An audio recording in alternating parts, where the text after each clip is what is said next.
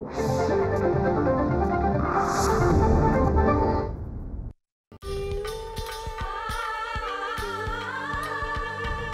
रात्र म्हणव्याची, ही रात्र तेजाची, ही रात्र म्हणव्याची, ही रात्र तेजाची. उठा पेट वाग सारेच फलिते, नका घाबरू ग पाहून जळीते. उजेडाची आस, प्रकाशाचा ध्यास,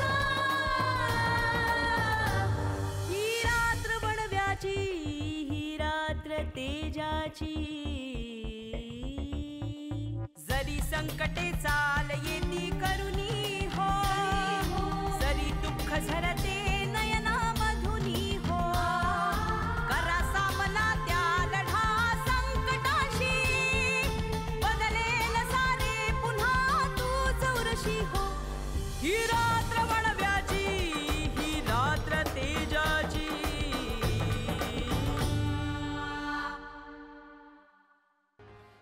तुमच्या कलेक्टर मॅडमची गाडी जेव्हा बंद पडली होती ना, आणि जेव्हा हेही कळलं होतं की इतक्यात ती सुरू होणार नाहीये, तेव्हा तुमच्या कलेक्टर मॅडमना माझ्या स्कूटरवर बसून सुखरूपपणे घरी पोहोचवलं. यात चुकलं काय माझं कदम साहेब?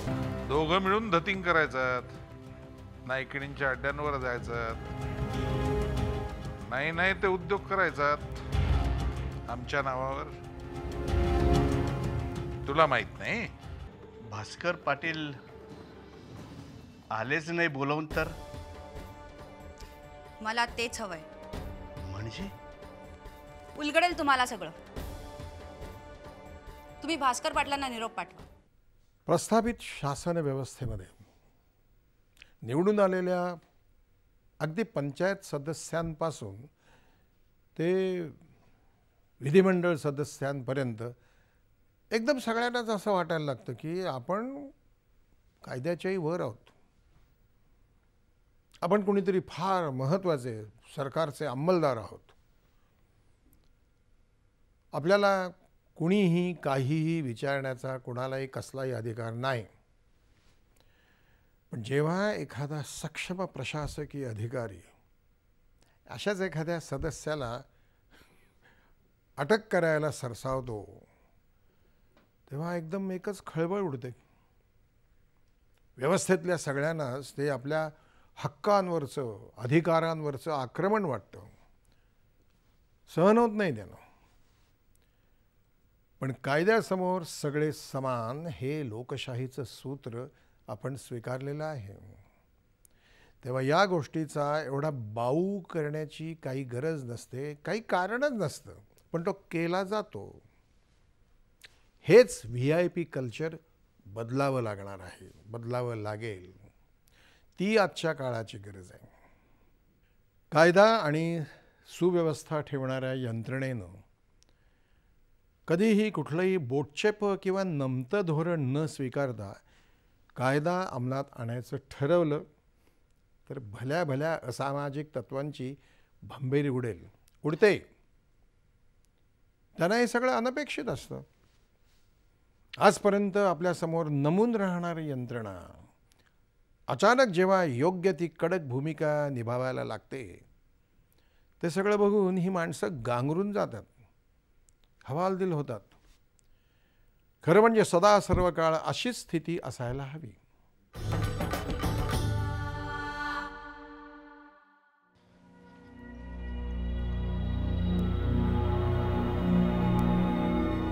काय इन्स्पेक्टर साहेब, काय काम काढले?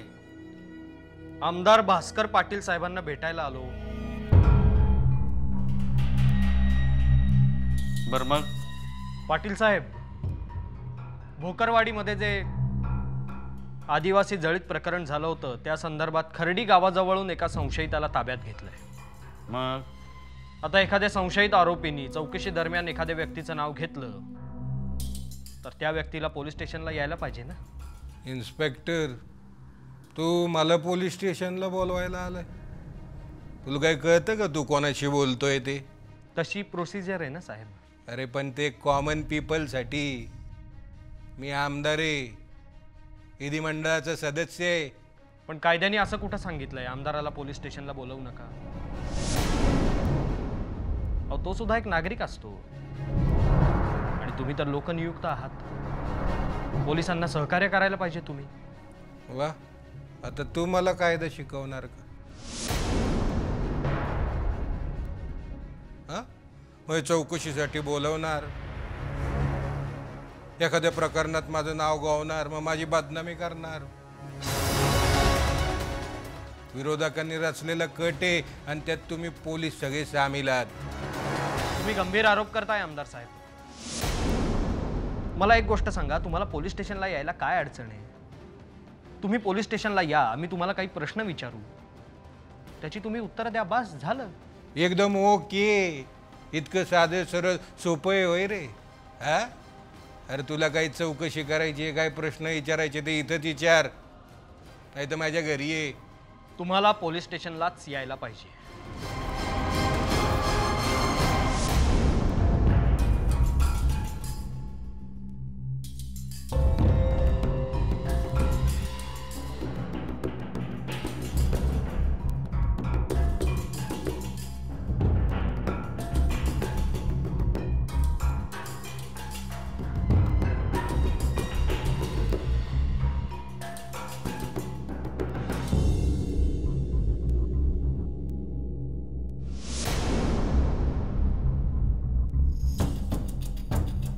काय म्हणला तू? हा, तुम्हाला पोलीस स्टेशनलाच यावं लागेल.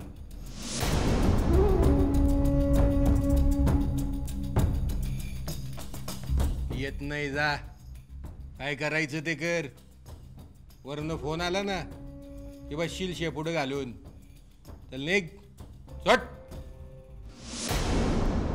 ठीक आहे.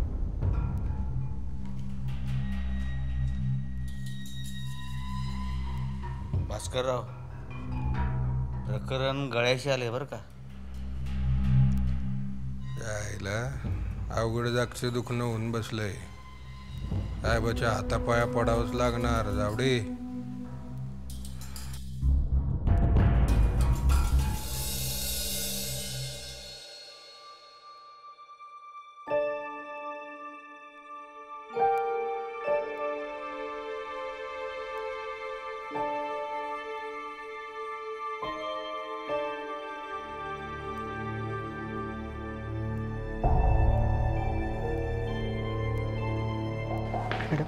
हां, काय? RDC कदम आलेले आहे. पाठवा त्यांना.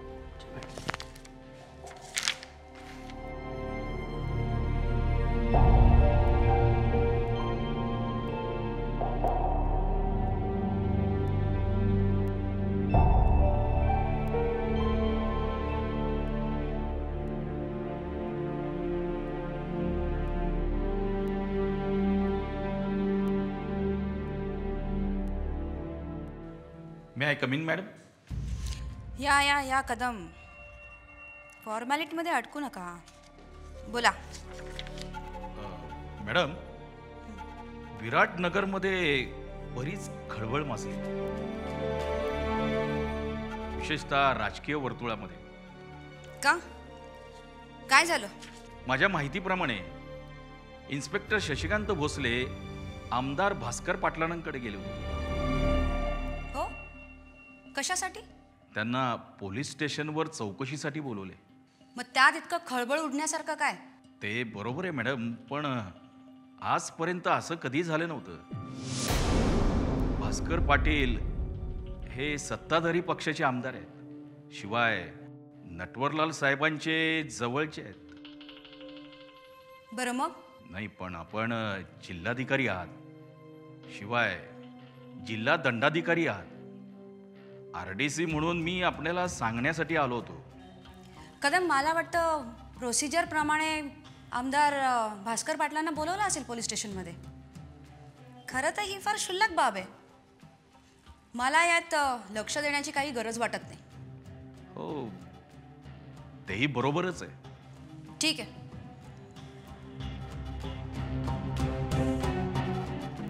कदम. Yes madam. नटवरलाल पुरोहितांनी तो आदिवासींना मदतीचा कार्यक्रम कधी ठेवला आहे? नाही, मला जितकं आठवतं त्याप्रमाणे तुम्हीच मला ती निमंत्रण पत्रिका आणून दिली होती. तशी नटवरलाल पुरोहितांनी तुम्हाला खास जबाबदारी दिली होती, बरोबर? Yes madam. काय झालं त्याचं? नाही म्हणजे तो कार्यक्रम कधी आहे? तसं मी ठरवलंच आहे त्या कार्यक्रमासाठी स्पेशली वेळ काढायचा म्हणून. शेवटी नटवरलाल पुरोहित त्यांच्या स्वखर्चातून आदिवासींना मदत करणार आहेत. काही अपरिहार्य कारणामुळे तो कार्यक्रम रद्द झालाय मॅडम. रद्द झाला का? तसं जावडेंनी काही सांगितलं नाही. अरे अरे अरे, केवढ्या आशांनी आदिवासींनी मदतीची अपेक्षा ठेवली असेल. त्यांचा अपेक्षा भंग होईल, त्यांचा विश्वासघात केल्यासारखं होईल. नटवरलाल पुरोहितांनी असं करायला नको होतं, नाही का कदम? तसं नाही मॅडम. ठीक आहे, सरकारी मदत लवकरात लवकर कशी देता येईल ते बघा, तिकडे लक्ष द्या. एखादी प्रोव्हिजन सापडेल. हो, येस मॅडम. निघा.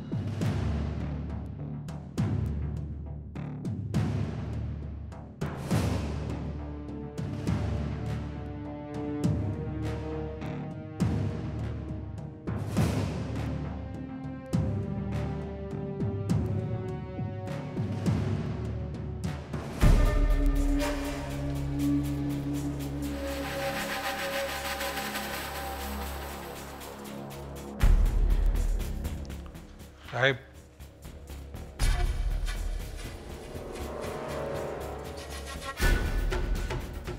साहेब,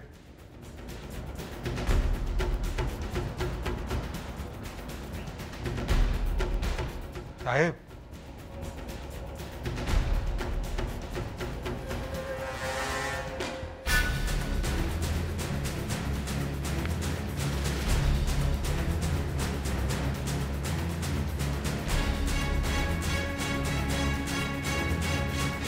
मी तुमचाच आहे साहेब. साहेब, असं परक्या नजरेने बघू नका साहेब.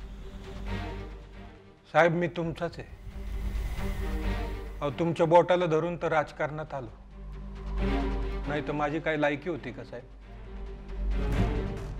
तुम्ही सांगायचं आणि आम्ही ऐकायचं असा शिरस्ता होता. साहेब, तुम्ही सांगितलं म्हणून किती जणांना बडवलं, किती जणांचे हातपाय तोडले, जबरदस्तीने किती जणांच्या जमिनी बळकावल्या, झोपड्या जाळल्या.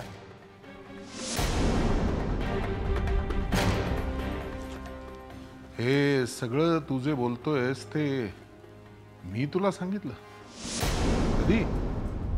साहेब, साहेब तुम्ही? मी तुझा साहेब नाही.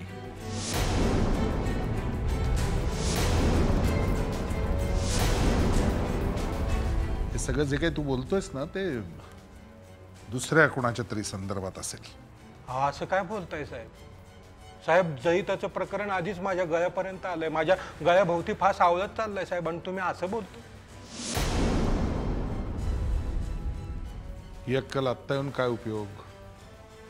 साहेब आपल्याला मदत करणार नाही म्हणून तू परस्पर हिंदुरावला भेटलास. तो या प्रकरणातून सोडवेल म्हणून 2 लाख रुपये दिलेस त्या इरप्पासाठी.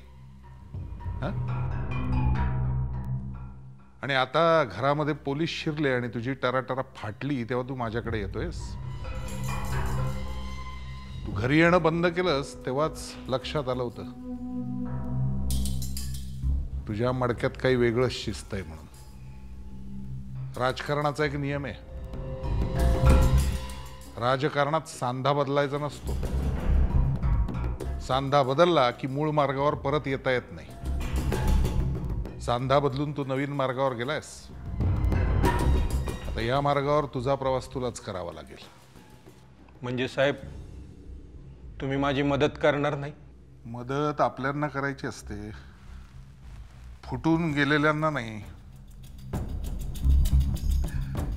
एक बरं केलंस भास्कर, हे करून तू माझा भार हलका केलास, माझी जबाबदारी एकदम कमी केलीस.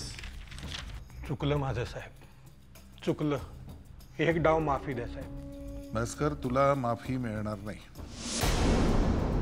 तू आमच्याशी गद्दारी केलीस, त्याची शिक्षा तुला भोगावीच लागेल. असं करू नका साहेब, असं करू नका साहेब. मला एक डाव माफी द्या. हे बघा साहेब, नाही तर मी तुमचं नाव सांगेन. सगळं तुमच्या सांगण्यावरनं केलं असं मी सगळ्यांना सांगेन साहेब. जरूर सांग. मी राज्याचा मंत्री आहे. माझी चौकशी करण्यासाठी पोलिसांना परवानगी घ्यावी लागेल. सांग सांग, जरूर सांग, बघू काय होतं ते.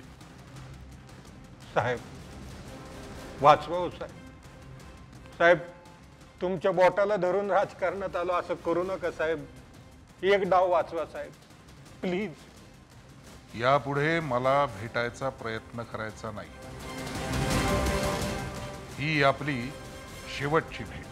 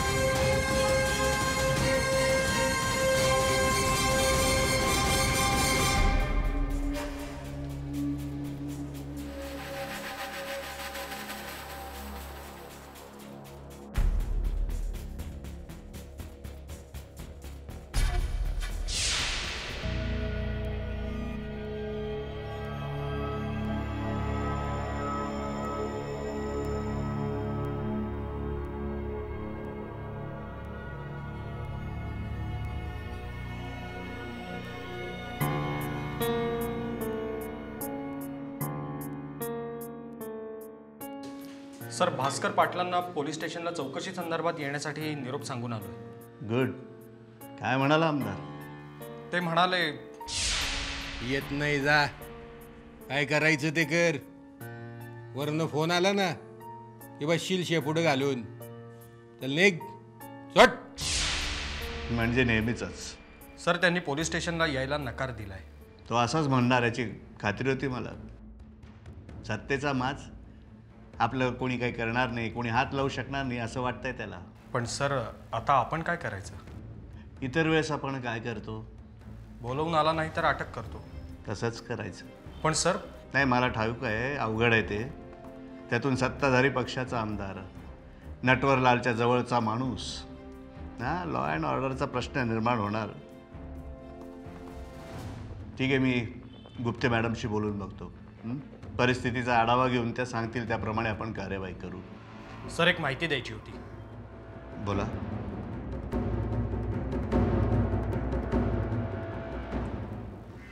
सर, हिंदूराव जेधे साहेब सुद्धा त्या इरप्पापर्यंत पोहोचण्याच्या मार्गावर आहेत.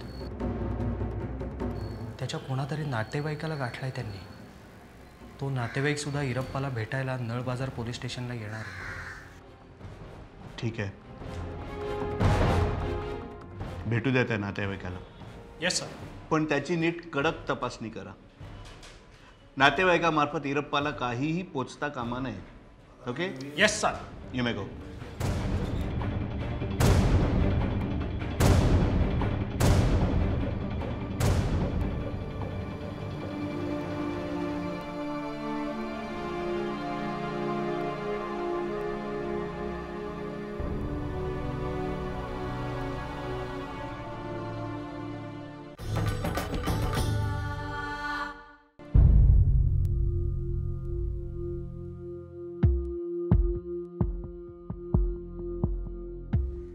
May I come in, madam? Yes. Madam, आपण सांगितल्याप्रमाणे इन्स्पेक्टर शशिकांत भोसलेंना मी भास्कर पाटलांकडे चौकशीसाठी पाठवलं होतं. मग काय झालं? आपला अंदाज खरा ठरला मॅडम. त्यांनी पोलीस स्टेशनवर चौकशीसाठी यायला नकार दिलाय. थेट नसली तरी त्यांनी धमकी दिली आहे इन्स्पेक्टर भोसलेंना. त्यांचे कार्यकर्तेही चिडलेले आहेत मॅडम. चौकशीसाठी पोलीस स्टेशनला बोलूनही कोणी आलं नाही तर आपण काय करतो? अटक करतो आणि घेऊन जातो. मग भास्कर पाटीलही सामान्य नागरिक आहे, त्यांच्यावरही तीच कारवाई करा. त्यांच्या अटकेची बातमी समजली आणि त्यांच्या कार्यकर्त्यांनी संघर्षाची भूमिका घेतली तर लॉ अँड ऑर्डरचा प्रश्न निर्माण होऊ शकतो मॅडम. पुरेसा पोलीस फोर्स घेऊन जा. Yes madam. आपण फक्त प्रोसिजर फॉलो करतोय, त्यात चूक होऊ देऊ नका. Yes madam. बेड्या वगैरे घालू नका, पण जास्तच दंगा केला तर त्यांच्या विरुद्ध कडक कारवाई करा. Yes madam. मोहिते, एक मिनिट. हिंदूराव जयदेंना मला भेटायला सांगा. Yes madam. बरेच दिवस झालेत, त्यांच्यावर कोणतीही जबाबदारी सोपवलेली नाही. पाठवा त्यांना. Yes madam.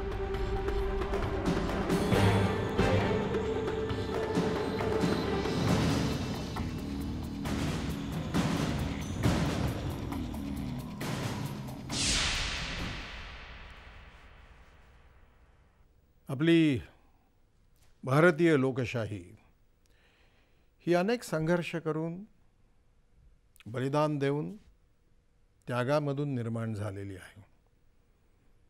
तो संघर्ष, ती बलिदानं, तो त्याग आपण कायम स्मरणात ठेवायला हवा. कारण मिळालेलं स्वातंत्र्य हे सहजासहजी मिळालेलं नाही. आपल्याला लोकशाहीचं प्राणपणाने जतन करायला हवं आहे. जेव्हा जेव्हा समाज मनात अराजकाची परिस्थिती निर्माण केली जाते, कोणालाही पायपोस राहत नाही, तेव्हा तेव्हा व्यक्तिगत स्वार्थ बाजूला ठेवून त्या अराजकाच्या परिस्थितीवरती नियंत्रण ठेवायला हवं समाजपुरुषांनी. तरच आपण सुखी, समृद्ध आणि आशयसंपन्न आयुष्य जगू शकू. लोकशाहीमध्ये तेच अभिप्रेत आहे. किती वाजता भेटायला बोलवलं? आता किती वाजलेत? बरं, एवढ्यात तुम्ही 4-5 वेळा आत बाहेर केलं. मॅडम काय म्हणतायत हेही सांगितलं नाही. खरं तर एक जबाबदार नागरिक, विधिमंडळाचे सदस्य म्हणून त्यांनी पोलिसांना सहकार्य करायला हवं होतं, मदत करायला हवी होती. पण त्याउलट ते धमक्या देतात. So you go and arrest him. Indurao, असं करू नका. इंदुराव, मला अटक करू नका. तुम्ही माझे दोस्त आहे. तुमचे सगळे छंद पुरवले मी. तुमच्या करमणुकीसाठी पाण्यासारखा पैसा खर्च केला. मला अटक करू नका. जावडे, सांगा ना काहीतरी. वाटलंच तुम्हाला 5 पेटे देतो मी, पण मला अटक करू नका. एकदा का मी अटक झालो ना इंदुराव, तर मग मी संपलो बरं का. भास्कर पाटीलचा बावटपणा नडलाय त्याला. तरी त्याला सांगितलं होतं की तुझी माणसं जिल्ह्यातनं गायब कर म्हणून.